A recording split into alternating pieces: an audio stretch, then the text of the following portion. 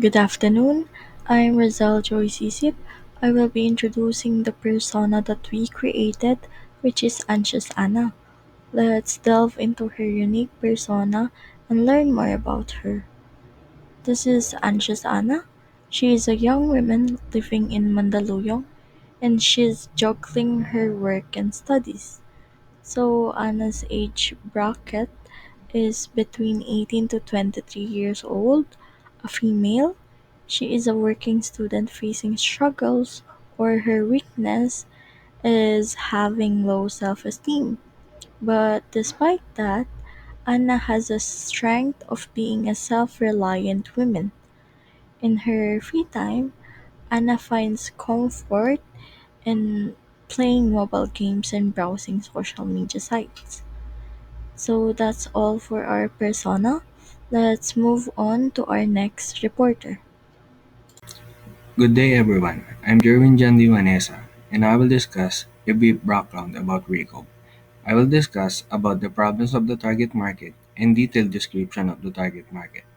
So, the problems of the target market are certain individuals have issues when it comes to their social life. Some people think that they may not interact well with others, and some individuals have low self-esteem. Anxiety affects the mental health of an individual that also adds up in causing problems and issues when it comes to socializing. These problems create a barrier for people to connect with others. So, the next is the detailed description of the target market. The target market are those people who have a hard time communicating and connecting with other people, such as introverts and people with mental health problems like anxiety. An introvert is a person that possesses traits associated with introversion, meaning that they like to focus on their own inner ideas and thoughts as opposed to what is going on outside of themselves. Moreover, the World Health Organization (WHO) estimates that 4% of the global population experiences anxiety disorder.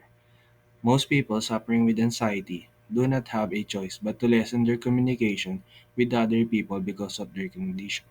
So that's all for the brief background, and thank you. So for our technology-based solution, our group decided to create a mobile game, and that game is called Recove. So what is Recove? Recove is a game that allows and challenges players to navigate through a series of interconnected rooms or levels by forming and breaking bonds with players and objects in the environment.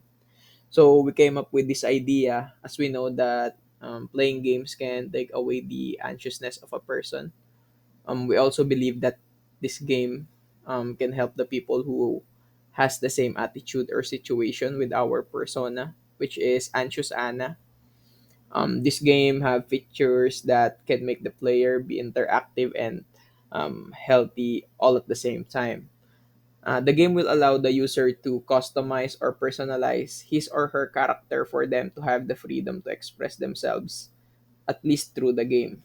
Furthermore, the game has activities such as messaging, visiting a friend, and doing some light exercise. So, to explain further, yung game na ginawa namin is mag-a-allow siya sa player na mag-select first ng character, either boy or girl, and then pwede nila to bihisan, pwede bihisan ni user, depende sa kung anong gusto niya.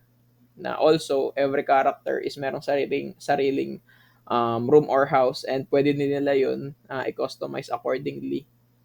And since meron nga sari-sariling room yung every character, pwede nila i-visit yung room ng isa't isa and pwede rin sila mag-chat to interact with each other. So, as added feature pa, meron ding option to exercise si user.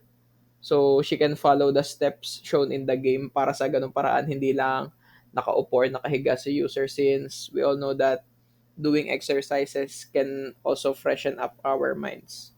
So, that's it for our technology-based solution. So, how the tech-based solution address the needs of the persona? So, let's go to the features of the app to answer this question. So, we've come up with an idea to help people that experience anxiety and depression. So, we created a game that is interactive and relaxing. So, may mga set of activities kami. We have exercise, socials, home customization, and wardrobe customization. So, since Nung na-research namin sabi dito, kailangan ng, active lifestyle ng taong nakakaranas ng depression. So nag-add kami ng exercise na inspired by Just Dance kung saan may camera and susundan niyo yung, taong nag-e-exercise or gano'n. Pero this time exercise naman siya.